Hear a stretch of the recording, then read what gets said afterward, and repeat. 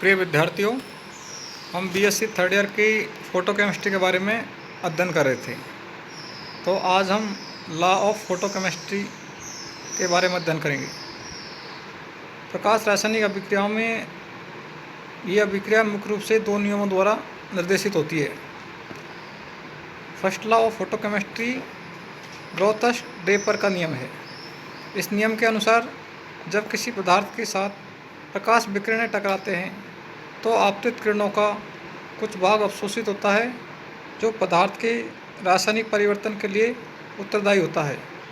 प्रकाश विकिरणों का शेष भाग जो पारगत हो जाता है या परावर्तित हो जाता है उसका प्रकाश रासायनिक अभिक्रिया में कोई योगदान नहीं होता है। यद्यपि प्रकाश रासायनिक अभिक्रिया प्रकाश विकिरणों के अवशोषण से ही संपन्न हो सकती है, लेकिन यह कतई आवश्यक नहीं है कि समस्त अवशोषित प्रकाश विकिरण रासायनिक दृष्टि से प्रभावी हो। यदि अणुओं के लिए अभिक्रिया करने की परिस्थितियां अनुकूल न हो तो उस अवशोषित प्रकाश विकिरणों का कुछ भाग या संपूर्ण भाग या तो ऊष्मा में परिवर्तित हो जाता है अथवा कुछ स्थितियों में अवशोषित प्रकाश विकिरणें उसी अथवा बदली हुई आवृत्ति के विकिरणों के रूप में पुनः उत्सर्जित हो जाती है। अवशोषित प्रकाश विकिरणों में कोई रासायनिक परिवर्तन होगा या नहीं, इसके लिए यह जानना आवश्यक है कि कितने परिमाण में प्रकाश विकिरणों का अवशोषण हुआ है।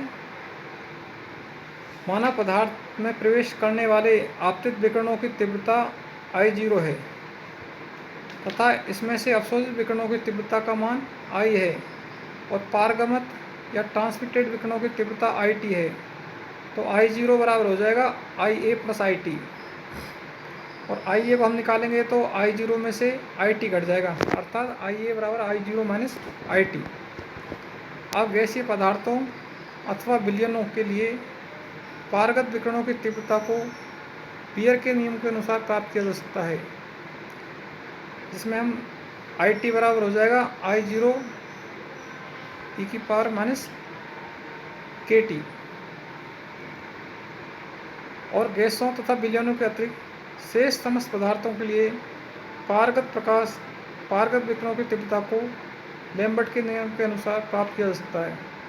यहाँ पर IT बराबर I0 माइनस e की पावर माइनस KT है, तो समीकरण जो हम दिखा रखा है 9 और 10, तो इनके तो 10 और 11 के अनुसार IT बराबर हो जाएगा I0 e की पावर माइनस KTC। तो IT का मान समीकरण हम 9 में रख देंगे तो IA बराबर हो I0 माइनस I0 e की पावर माइनस KTC। यदि I एब्जॉर्बेंस निकालेंगे तो I0 को हम कॉमन ले लेंगे तो IA बराबर I0 ब्रैकेट में 1 माइनस e की पावर माइनस KTC थी, जो समीकरण 13 है। समीकरण 13 से अवशोषित प्रकाश की तीव्रता या अवशोषित विकिरणों के परिमाण को ज्ञात किया जा सकता है। अब इस नियम की कुछ सीमा है, लिमिटेशन है, जिसमें फर्स्ट है यह नियम केवल गुणात्मक है। इनमें तो इससे इस बात की जानकारी मिल सकती है कि तंत्र द्वारा कितने विकिरणों का अवशोषण हुआ है और न ही यह जान सकते हैं कि अवशोषित विकिरणों से कितने अणुओं का उत्तेजन हुआ है। नंबर 2, सामान्यतः यह मानते हैं कि यह नियम केवल प्राथमिक प्रकाश रासायनिक प्रक्रमों पर लागू होता है, लेकिन द्वितीय प्रक्रमों पर यह आंशिक रूप से अथवा पूर्णतः असफल रहता है। तो इस नियम की ये लिमिटेशन हो गई 2 है।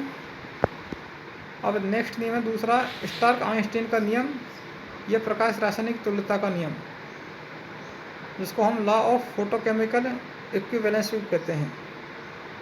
इसको सन 1908 में स्टार्क ने तथा सन 1912 में आइंस्टीन ने ऊर्जा की क्वांटम अवधारणाओं को अणुओं की प्रकाश रासायनिक अभिक्रियाओं पर लागू किया और एक नियम दिया जिससे क्वांटम सक्रियण या क्वांटम एक्टिवेशन अथवा प्रकाश रासायनिक तुल्यता का नियम अथवा स्टार्क आइंस्टीन का नियम कहते हैं।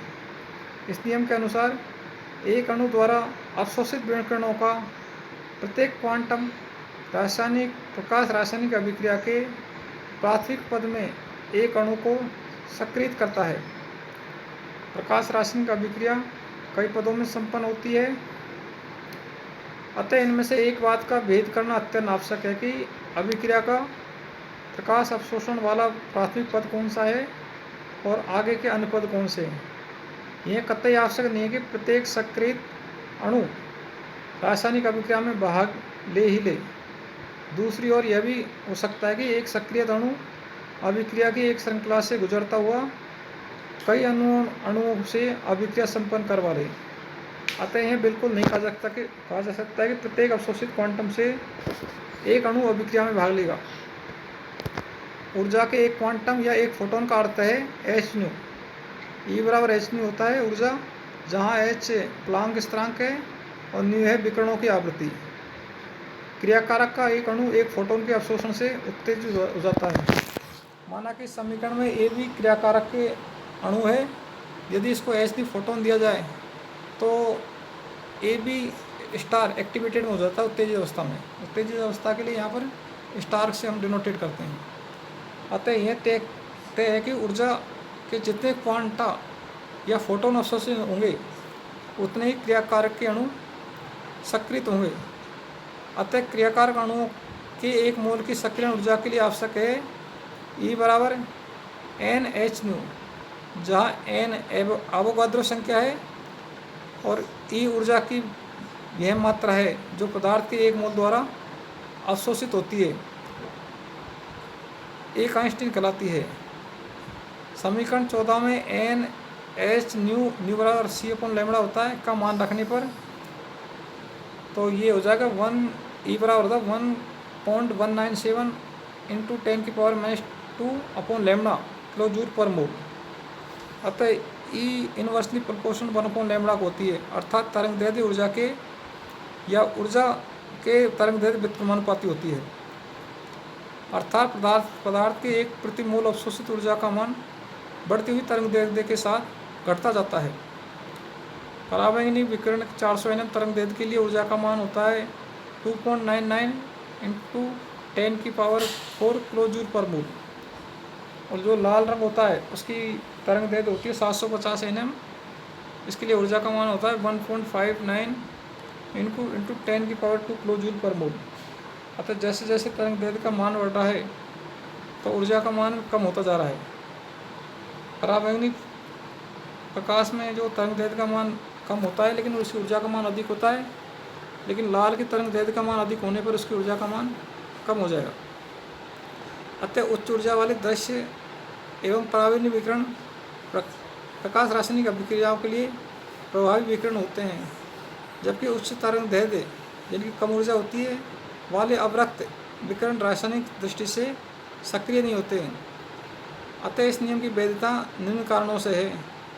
एक फोटोन से उत्तेजित हुए अणु की उत्तेजित अवस्था की आयु इतनी कम होती है कि इससे दूसरा फोटोन अवशोषित करने का मौका या अवसर ही नहीं मिल पाता है। अतः एक अणु केवल एक ही फोटोन का अवशोषण कर पाता है। इन प्रक्रमों में प्रयुक्त प्रकाश की तीव्रता इतनी कम होती है कि दूसरे फोटोन को अवशोषित करने की संभावना ही नहीं रहती है। यदि उच्च ऊर्जा वाली लेजर किरणों का उपयोग किया जाए तो बहु फोटोनिक प्रक्रमों की संभावना बन जाती है।